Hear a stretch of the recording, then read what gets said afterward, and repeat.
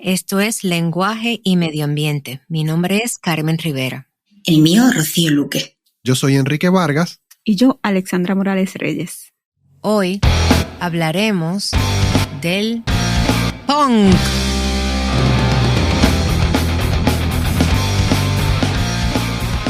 Y hoy tenemos con nosotros a Hugo Ríos Cordero. Hugo Ríos Cordero, que es profesor de inglés en el recinto de Mayagüez de la Universidad de Puerto Rico, es también músico. Y es músico y compositor de una banda de punk. El punk, que es un género musical que algunas personas piensan que se parece bastante al rock, en realidad presenta una característica única y es su agresividad. Y es precisamente esa agresividad de la que se aprovecha Hugo para presentar temas de la actualidad puertorriqueña, especialmente aquellos que tienen que ver con crisis medioambientales. Algunas de las canciones de su repertorio en las que trabaja temas sociales, problemáticas medioambientales de nuestra actualidad son El Rey Momo, Paraíso Tropical Incorporado, Zonas de Sacrificios y Oeste Lo que Cueste. En esas canciones, Hugo utiliza unas imágenes y metáforas bien contundentes, muy elocuentes para expresar y denunciar los problemas gravísimos medioambientales que vivimos en Puerto Rico. Algunos de estos problemas son la gentrificación y el racismo ecológico. Bienvenido, Hugo. Hola, buenos días. Buenos días a todos, todas. Buenos días y gracias por acompañarnos en este podcast. Hugo, ¿nos puedes explicar un poco sobre tu trabajo musical? Sabemos que eres escritor, profesor universitario. ¿Cómo encaja todo eso con todo ese quehacer con la música? Bueno, realmente la música vino primero que todas estas cosas porque yo estaba en escuela superior y totalmente aburrido por la manera en que las clases se daban en ese tiempo. Y no creo que las cosas hayan mejorado mucho, pero anyway. Y me distraía con la música punk. Y desde el 90 formamos unas bandas por el área oeste, varias bandas. Y entonces nos motivaba eso, reunir, tocar, hacer música que tuviera un impacto político. Y luego entonces vino un silencio de muchos años en el que estuve fuera de Puerto Rico y al regresar en el 2020 pues decidí reconectar con la escena punk y formar entonces la banda Sibencast. La escena punk. Y cuéntanos qué es esto del punk para aquellos escuchas que no están familiarizados con ese género musical. Bueno, pues es una especie de rock, ¿verdad? Hay que empezar de la manera más básica, ¿verdad? Es una especie de rock, o sea, usualmente tienen guitarra, bajo, batería. Es bastante agresivo de la manera que se presenta. No solamente la música es rápida, no todos son rápidos, pero la mayor parte son rápidas, agresivas. La manera que la voz va también usualmente es una manera bien fuerte y en muchos casos proyecta temas sociales. No en todos, pero en muchos casos. Hugo, y mencionaste que habías comenzado en los 90 y que habías retomado ahora en el 2020. ¿Tú has visto, bueno, en lo que es la escena punk en Puerto Rico, un cambio ya sea en los temas que trata el punk en Puerto Rico? O no sé, ¿has visto alguna diferencia? Han habido cambios, porque cuando yo empecé hubo una reacción bien fuerte a las bandas que cantaban en inglés. O sea, llegó el momento donde se empezó a exigir que las canciones fueran en español. Y en ese tiempo yo tenía dos bandas, una en inglés y una en español. O sea que nosotros nos vimos como que en el medio de este revolú de que vamos a hacer. De hecho, bandas hasta se cambiaban el nombre. O sea, había una banda que se llamaba, curiosamente se llamaba Garden Spot. Y le habían tomado el nombre, según la leyenda, del salad bar de Wendy's. O sea, estamos hablando de la prehistoria. Y entonces cuando se cambian el nombre a español, se cambian a La Mancha del Jardín. O sea que ahí hubo un revolú, pero entonces todo ese movimiento empezó a darse de que no, vamos a hacerlo en español, una conciencia nacional mucho más fuerte. Y los temas empezaron como que a enfocarse más a la política. Claro que todos éramos adolescentes, o sea que el contenido pues era bien sencillo, era bien simple, excepto algunos que estaban mucho más avanzados. Y por ejemplo, el bajista de mi banda en aquel tiempo, de la banda Ejército Rojo, él era cadete de la República. Y entonces nos traía estas canciones que él escribía, que yo creo que lo que hacía era que abría un libro y empezaba a copiar, porque eran unas palabras tan imposibles de leer. Y él me decía, toma, pon eso en la canción. Y era fuerte, era fuerte porque era bien, bien intenso. Y las canciones duraban un minuto y medio. Y había unos párrafos grandísimos. Pero fue un reto y fue bien fascinante poder incorporar toda esa teoría política desde una edad tan temprana al discurso de la música punk. ¿Cuándo empezaron a explorar las problemáticas medioambientales en Puerto Rico? Pues en cuanto a nosotros, porque yo me desconecté de la escena por muchos años porque estaba afuera, o sea, estaba en Estados Unidos por muchos años, pero entonces al regresar, yo pienso que si vamos a hacer una banda, que yo quería que la banda fuera totalmente comprometida. Y estaban buscando qué tópicos, o sea, a abordar, y como mi filosofía personal es el anarquismo, y el anarquismo incluye todos estos tipos de cosas que afectan a la vida individual y colectiva. Y entonces al ver lo que está pasando en la isla y a nivel mundial, de cómo se afecta a la naturaleza y la interacción entre el humano y la naturaleza, pues entonces decidimos empezar poco a poco a incorporar temas. Y el primero fue curioso porque la primera canción que toca temas ambientales es una canción de los 90 que era en inglés. Y al retomarla para esta banda, yo decido eliminar la letra en inglés y poner una letra en español. Y ahí termina entonces siendo HW9 ante la ley. Aquí estamos, al final de la ley, en tiempos difíciles, sin mucho que hacer, distraídos por redes sociales, mientras se derriten los glaciares.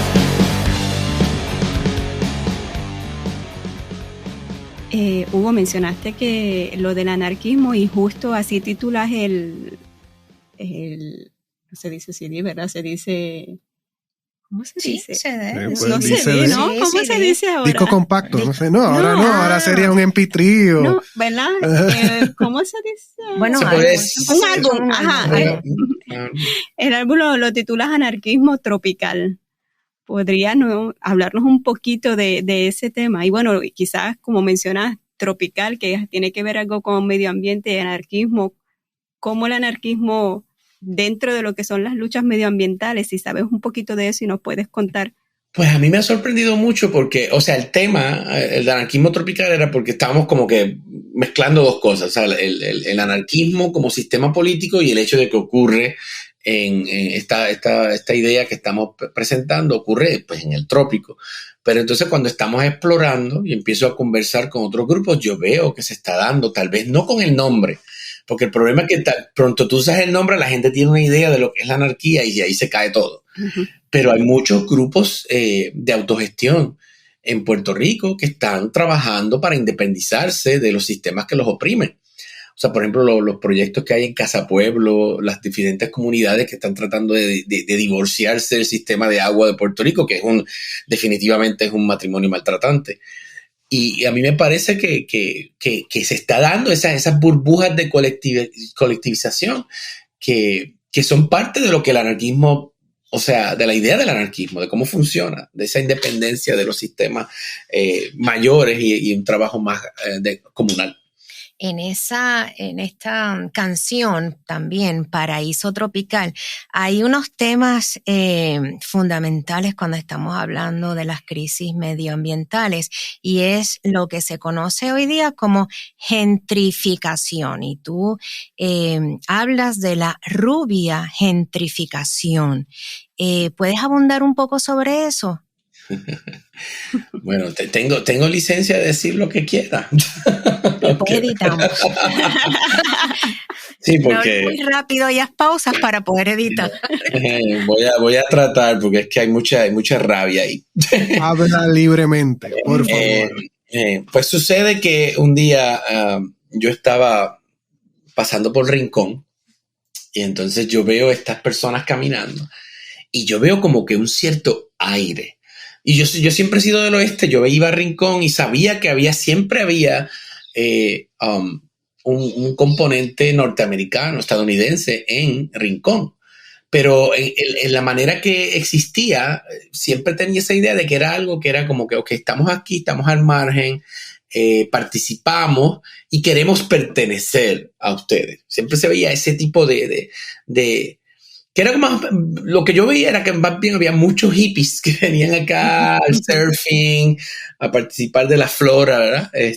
Local, pero no lo que vi ese día, porque cuando yo vi ese día veo como una arrogancia, como de que esto es de nosotros y ustedes no participan. Y yo digo, pero yo nunca había notado eso, nunca lo había, y por eso es que la canción empieza así como que, pero míralo, o sea, están caminando como reyes. Esa es la descripción de lo que yo viví en ese momento.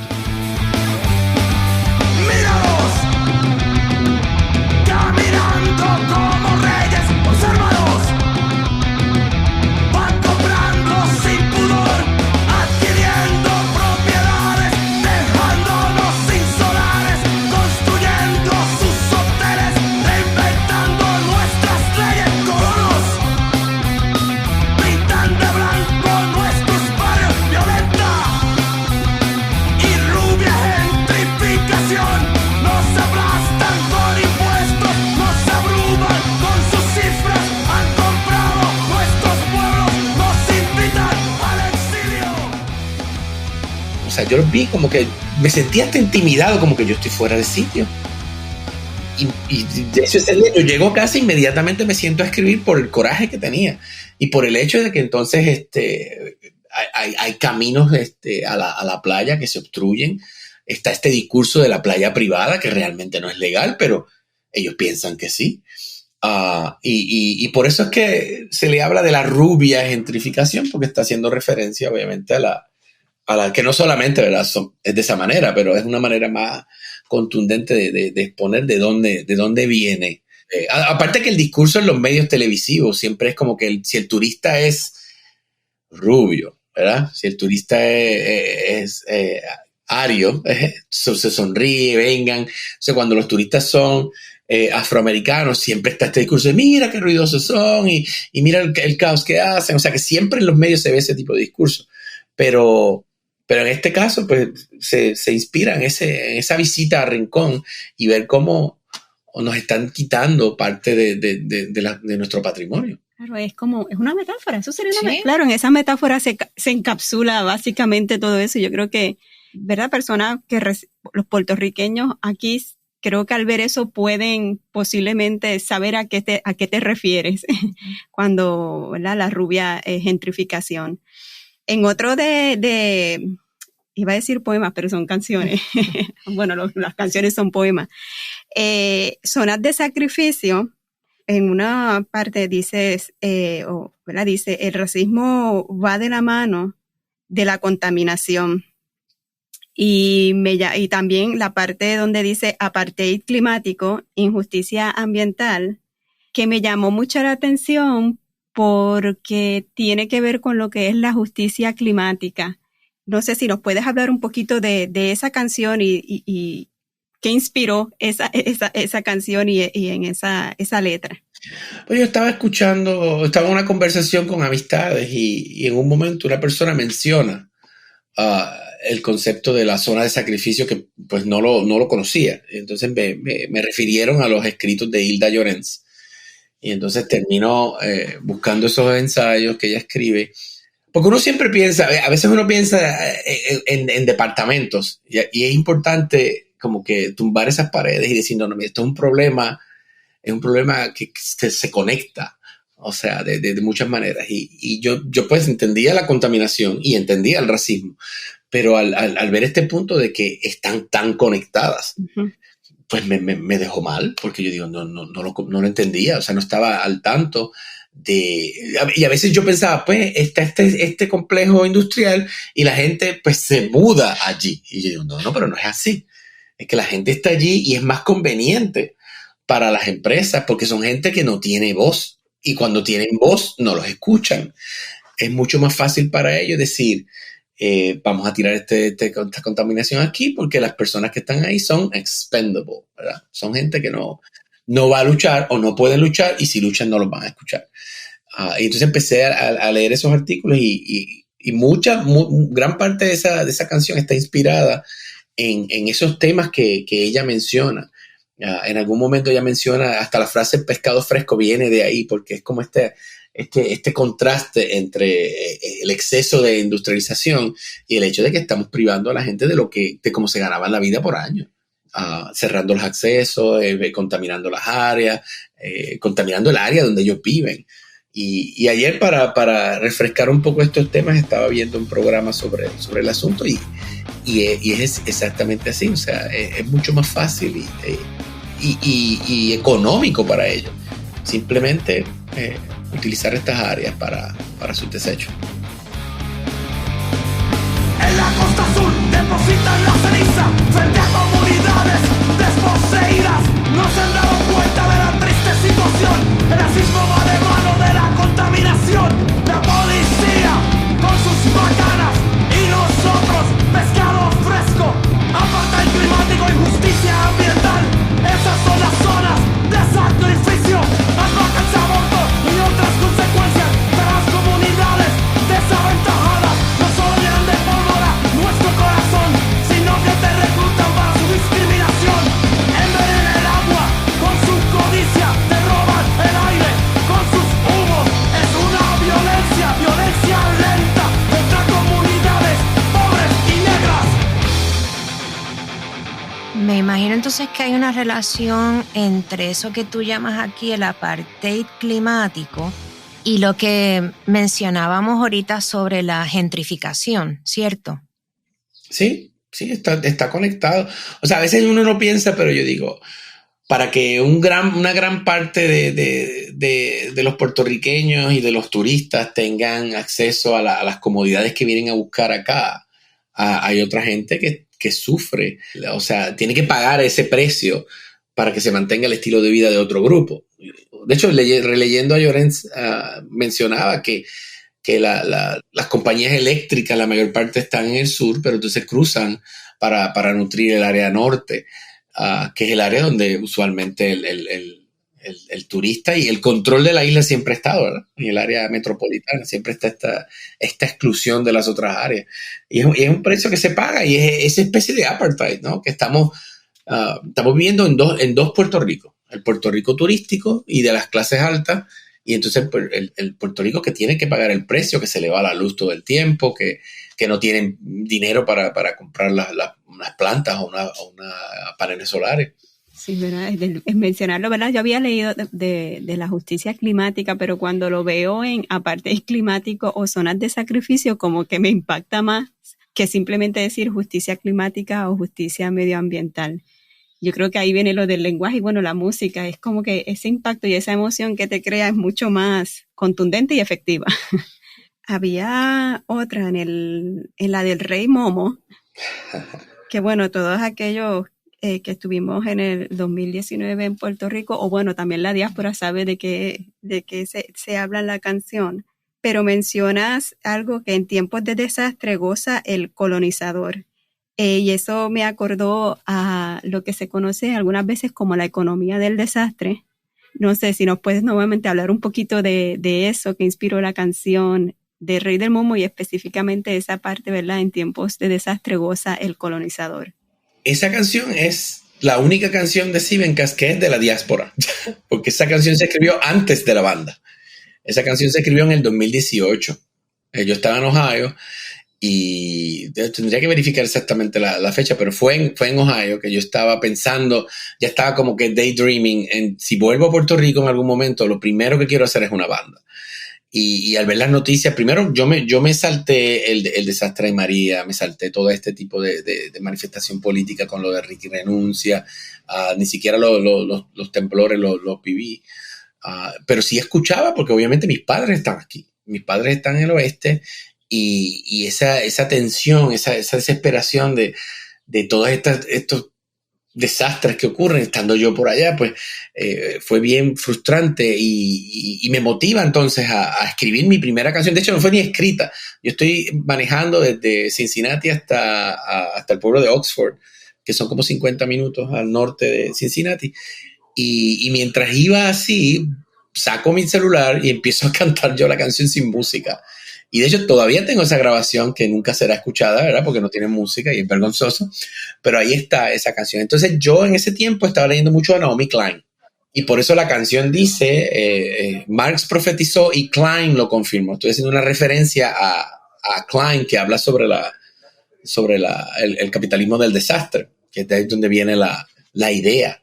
Y claro, tenía muy, muy fresco todavía en la memoria lo que pasó en Nueva Orleans y cómo les convenía al sistema capitalista estadounidense dejar que la ciudad se destruyera para entonces ellos poder decir, bueno, pues entonces este terreno no vale, yo te lo compro por menos todavía porque esto está destruido y entonces lo tomo y lo uso para mí. O sea, Estados Unidos era un experto usando el capitalismo del desastre en Latinoamérica y en otros países, pero en un momento decidió, el hambre del capitalismo es tal que decidió comerse él mismo y socavar los cimientos de lo que quedaba de sistema. Yo ni quiero decir democrático porque eso yo no sé lo que es. Esa oligarquía que tienen ellos. Y se están comiendo ellos mismos. Claro que están comiendo las partes asociadas a minorías o a cosas que ellos preferirían ir borrando o ir replanteando para seguir aumentando el control, la privatización, el capitalismo, todas estas cosas que están siempre conectadas. Más profetizó y Klein lo confirmó. En tiempos de la nadie, cosa colonizador. Trump aquí llegó y sus rollos lanzó, humillando a la gente con su amigo Rosselló. El rey bobo, miente, el rey bobo, miente, el rey bobo, miente.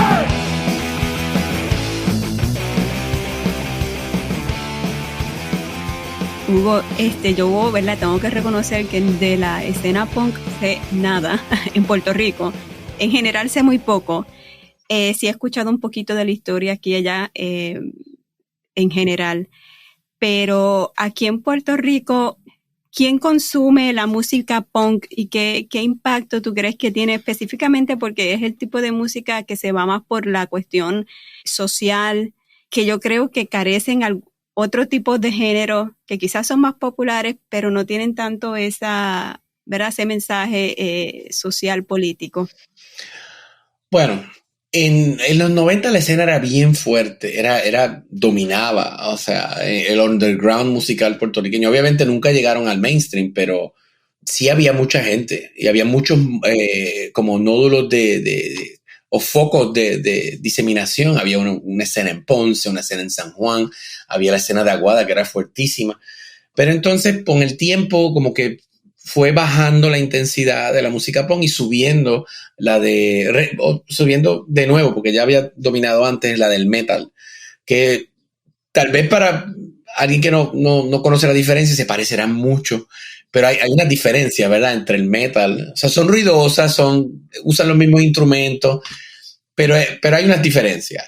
Y esa escena empieza a subir. Claro que también coincide con la fuerza del reggaetón, que se lo chupó todo, ¿verdad? Y se llevó la juventud completa, por razones que no vamos a discutir acá. Pero al regresar acá veo que hay todavía punk, pero mayor parte de los que están haciendo punk son gente que hizo punk en el pasado.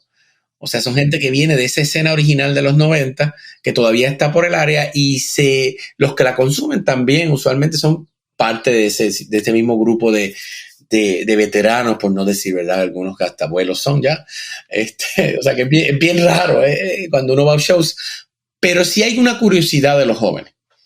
Algunos jóvenes se acercan, especialmente los que están buscando cosas alternativas a lo que es el mainstream puertorriqueño, ya sea porque pertenecen a una subcultura o que tal vez no son representados en el lenguaje de la música popular, mainstream ahora mismo.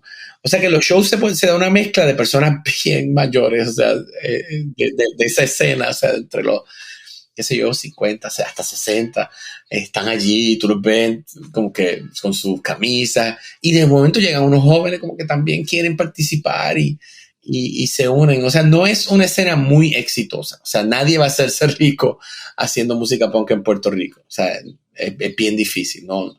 Muchas veces nosotros tocamos gratis. O sea, de vez en cuando nos pagan algo, pero no es mucho. Hugo, nosotros hemos hablado, creo que de 4 canciones. De esas canciones, ¿cuál me dices que es representativa del género punk? Que tú puedes decir, mira, esto es punk en comparación con el heavy metal y otros géneros. Fíjate, eso es una pregunta que nosotros nos estamos haciendo últimamente sobre nuestra propia música, porque tratamos de pensar a quién nosotros nos parecemos. O sea, nosotros sabemos de quién nos robamos cosas, ¿verdad? Decimos, yo quiero cantar este riff es de Black Sabbath, o esta canción la voy a cantar como el de Bad Brains. Porque a veces hacemos eso, deliberadamente decimos, mira, quiero que la canción suene a esto. Pero las 3 tienen esa especie de combinación de una sesión de ritmo fuerte, que es el bajo y la batería, donde va bastante rápido, la guitarra que va marcando la melodía, ¿verdad? Entre comillas, aquí entre gigantes comillas, la melodía de la canción, y entonces luego pues encima de todo eso viene la voz, que la voz es la que va a llevar la parte de la agresión, de la agresión, ¿verdad? Positiva, de todas esas palabras negativas que yo estoy repurposing, ¿verdad? Un desahogo quizá. Es que eso es, o sea, a mí la gente dice, pero ¿por qué tú no te mueves mucho cuando estás cantando? Yo me tengo que mantener quieto, porque si dejo que el coraje salga, yo no sé qué yo voy a romper, porque es que me da mucho coraje. Hay gente, yo creo que hay gente que escribe simplemente porque, voy a escribir por eso, pero a mí esto me da rabia. Me da mucha rabia, porque lo vivo, porque me molesta, porque como ¿verdad? Por mi filosofía política me dice, podríamos tener algo mejor. Y he visto las cosas empeorar. Pero entonces esa combinación musical de la batería y bajo, que llevan un ritmo, la melodía que la lleva la guitarra, y entonces la voz, en ese tipo de combinación, pues logra ese efecto punk. Que lo podrás ver en otros tipos de música parecido, pues sí, porque hay la misma composición puede ser la del metal, pero usualmente, líricamente hablando, el metal trata de temas raros, aunque también ellos han tratado temas sociales. Hay bandas aquí de metal que trabajan temas sociales también. Pero por lo menos en el punk el ritmo es más... Esto va a ser bien irónico cuando lo escuchen, ¿verdad? Pero es más melódico que la propuesta del metal.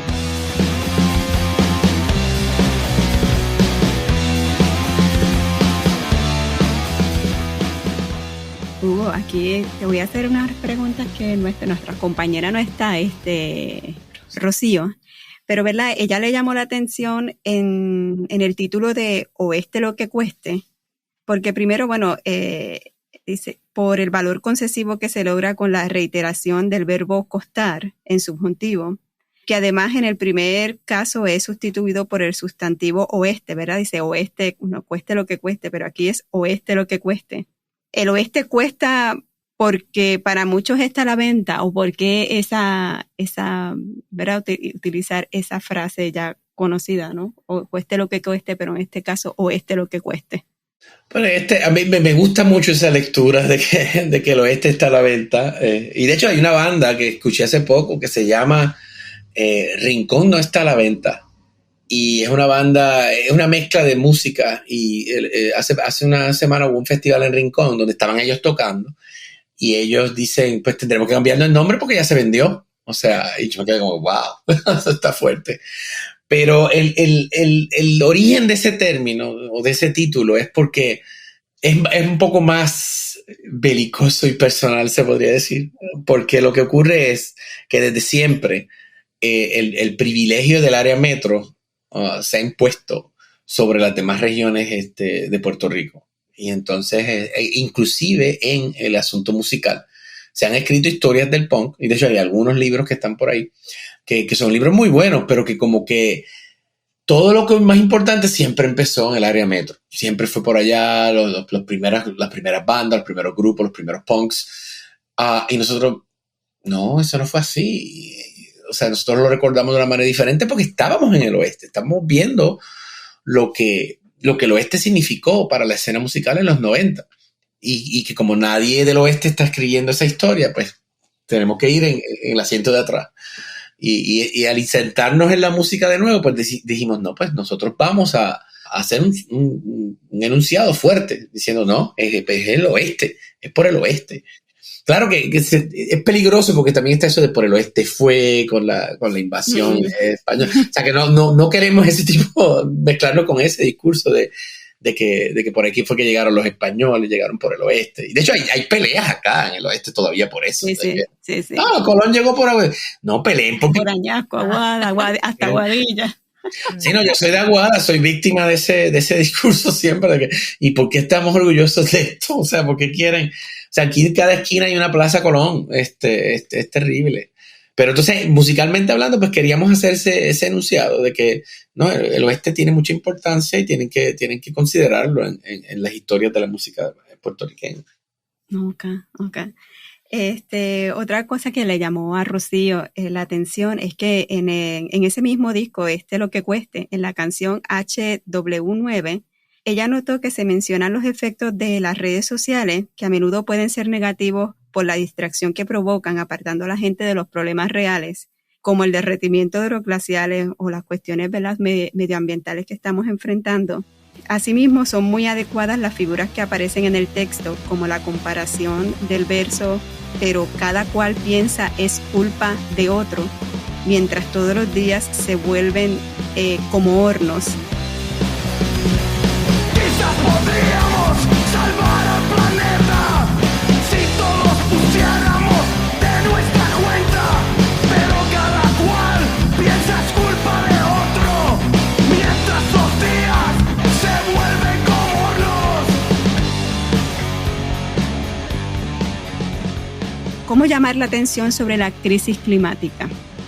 Para dar una historia, ¿verdad? Esa es la canción que musicalmente es vieja y por eso se llama HW9, es porque Human Waste era mi banda en inglés, se llamaba Human Waste. Y cuando decidimos buscar canciones para poder tirar un álbum, decidimos hacer covers de 4 canciones de las bandas viejas. Hicimos 2 covers de Ejército Rojo y 2 covers de Human Waste. Le dejamos el nombre porque en el demo aparecía así, HW9. Esa es la canción número 9 del demo original que se grabó en el 91. Pero entonces cuando la retomamos, yo digo, no, la letra no va a ser en inglés y la ponemos en español. Las redes sociales son un arma de doble filo tan terrible. Y yo a veces pienso, ¿cómo estaríamos si no tuviéramos ese tipo de tecnología en nuestras manos? Porque el problema es que la tecnología siempre llega antes de que el cerebro esté preparado para manejarla, para tolerarla. O sea... Es una excelente herramienta para diseminar mensajes políticos. Claro que es una excelente herramienta para el autocarpeteo, ¿verdad? La gente está tan obvio así que yo estuve en la protesta. Ok, estuviste en la protesta y ya todo el mundo sabe que estuviste en la protesta porque lo posteaste. Y ya te pueden identificar bien fácilmente. O sea que es un arma de doble filo. Pero es bueno porque permite la diseminación de mensajes.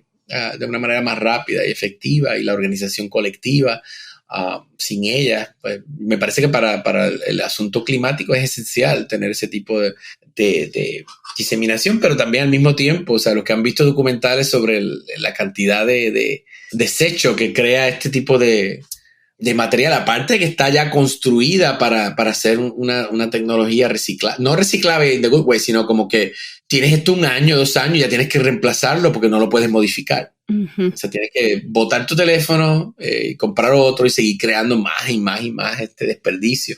O sea que es difícil llegar a un punto medio entre si es bueno o malo. El hecho de la tecnología, pero sí me parece necesario para la conciencia del cambio climático. O sea, y es que es tan obvio. O sea, cualquier persona que vivía, por ejemplo, en el oeste en los 90, sabe que no era tan caluroso. O sea, en ese tiempo caluroso era Ponce y se acabó. Pero ahora a veces que yo veo la noticia y Aguada está más caliente que Ponce. Y yo, pero ¿cómo es posible? Y entonces las playas, ¿dónde están las playas? Las playas se han ido. Y por ejemplo, uno va por el litoral en Aguadilla y todo eso que estaba lleno de unos edificios que protegían contra un tsunami, se fueron. Y ahora lo que hay es un espacio abierto que si hay un tsunami, le pusieron una alfombra roja al mar para que entre y tome la plaza. Es terrible, es terrible. Hugo, ¿qué podemos hacer? ¿Qué se puede hacer? Como individuo, ¿cómo tú te posicionas frente a todo esto que estamos viviendo? El agua, la luz, la erosión costera, la gentrificación y un largo etcétera. Ay, yo he pensado tanto eso. Y es que, por ejemplo, te dan la idea de que tienes que votar, tienes que ser más consciente, pero es que yo creo que votar no funciona ya. Y de hecho siempre está ese dicho, ¿verdad? Que si votar sirviera, estaría prohibido. Yo creo que las iniciativas como Casa Pueblo, a mí me parece que eso es crucial. Y cuando estamos en una isla rodeado por agua y no tenemos agua. ¿Cómo es posible? ¿Cómo nadie ha hecho una propuesta para plantas de desalinización o alguna? No estoy explorando las consecuencias ecológicas que eso traiga, que me imagino que serán terribles también. Pero 60% del agua de Puerto Rico está perdida. Es en una de esas últimas estadísticas que la misma Acueducto de Alcantarillado publicó. Y yo digo, yo no creo que estén prohibidas, yo creo que las están vendiendo. Cuando yo estaba en Ohio había un rumor de que Nestlé estaba comprando lagos por debajo de la mesa. Y lo que hacían los pueblos, los alcaldes de los pueblos, era que cogían agua de otros sitios para el pueblo y la agua de ellos se la vendían a las corporaciones para Nestlé embotellarla y venderla. O sea que era agua pública que estaba siendo transformada en... Y yo estoy seguro que eso está pasando aquí. No tengo pruebas, no tengo evidencia, pero tiene que estar pasando porque el nivel de corrupción y todo esto está conectado. O sea, el capitalismo, la corrupción, los desastres ecológicos, todo está conectado. ¿Cómo solucionarlo? Pues si esto no fuera un foro público, yo diría que hay que tomar las cosas en nuestras manos. Y a veces no debe ser de manera pasiva. Hay veces que hay que ser un poquito más drásticos porque los cambios fuertes no van a venir con please, por favor, tú podrías ser bueno. Yo no creo que eso funcione así. Y pues, es bien desesperante. Es bien desesperante porque el pueblo está dormido. El pueblo está intoxicado. O sea, entonces nos venden esta idea, y eso es lo más que me da rabia. Nos venden esta idea de que hay algunas estrellas que van a intervenir por nosotros, porque por años nosotros nos venden el concepto del héroe. Va a venir un héroe, va a venir un Mesías que va a levantar a Puerto Rico, y míralo, el más reciente es Bad Bunny. Mira lo que bien que él dijo en ese... Miren, esos mensajes están diseñados, él es un producto. Él es un producto. Lean la entrevista con Times cuando echó para atrás todos esos puntos. Porque sabía que estaba abriendo el mercado estadounidense y no podía estar diciendo nada en contra de la gentrificación. Porque no le conviene. No, que vengan. Entonces, pues, es ese tipo de buscar un héroe cuando somos nosotros. ¿Dónde están? Y ni siquiera estamos hablando de la contaminación sonora. ¿Dónde hay un espacio de silencio aquí en Puerto Rico? En el mismo recinto de Mayagüez. Es imposible tener un espacio de silencio. O están cambiando ventanas o están tumbando un edificio. Ahora pasan motoras por las tardes por detrás de los edificios. Entonces uno dice, ¿pero qué? Y el boceteo. O sea, eso es contaminación sonora también. Y eso nos afecta. O sea, esta es la rabia, por eso que no me muevo mucho cuando canto, ¿verdad? Porque es que la rabia es constante, es que me da la rabia. Luego de 48 horas sin agua, uno de esos episodios que tenemos acá en el oeste, pues me imagino que cantar también habrá que considerar. Sí, no yo también buscar formas de cómo manejar esa Hay unas iniciativas bien creativas que a mí me han llamado la atención. Por ejemplo, cuando luego de Fiona, que la gente fue y le tiró la basura allá en la fortaleza. Eso a mí me encantó. Digo, tú no dañaste esto, aquí está nuestra basura. O cuando el gobernador del pueblo, porque yo no lo reconozco como mi gobernador. De hecho, ninguno, no importa de qué partido fuera, yo lo voy a reconocer como mi gobernador, ¿verdad? Pero eso son otros 20 pesos. Cuando él estaba criticando que había muchos carros feos y le hicieron el desfile de carros feos por el viejo San Juan, porque él obviamente lo que quiere es un Puerto Rico para los que pueden pagar esas cantidades ridículas que, por ejemplo, la renta aquí es imposible de pagar. Yo llevo 3 años tratando de buscar un sitio donde vivir y es imposible. Carísimo por unos espacios pequeños.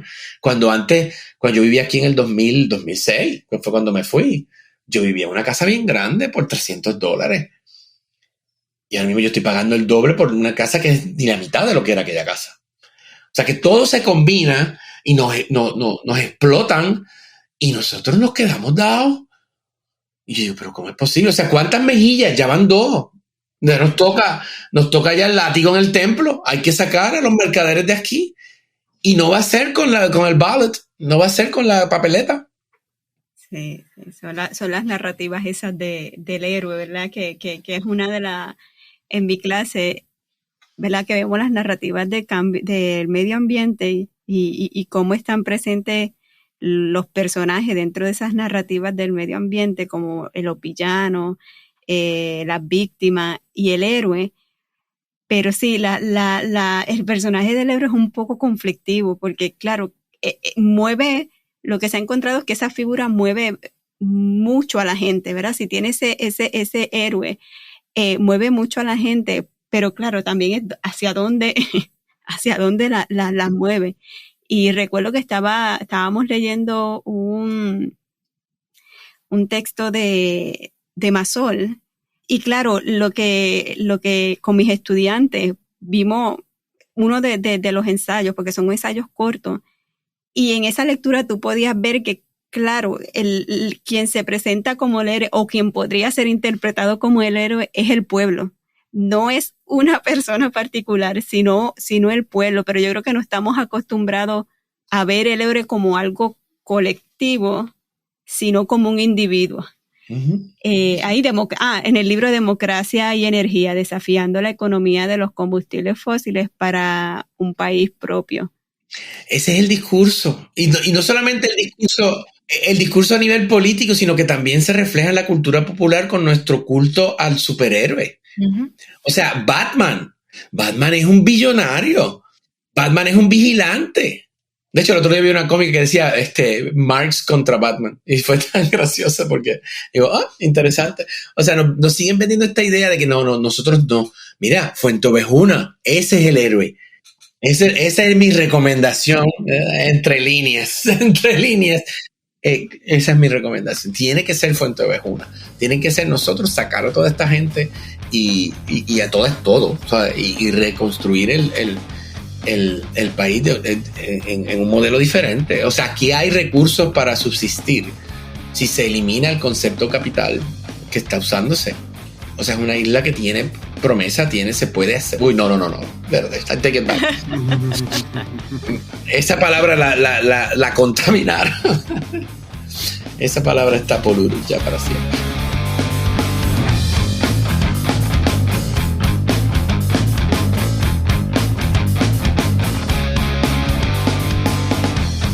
Esto fue Lenguaje y Medio Ambiente, un concepto de Carmen, Alexandra y Rocío, inspirado en el curso Medio Ambiente, Lengua y Literatura de la Universidad de Puerto Rico, recinto de Mayagüez. Agradecemos la compañía del Dr. Hugo Ríos. Este podcast fue producido y editado por Enrique Vargas en JYE Studio. Gracias por acompañarnos a descubrir la importancia del lenguaje para comunicar los asuntos medioambientales que nos afectan. Hasta la próxima.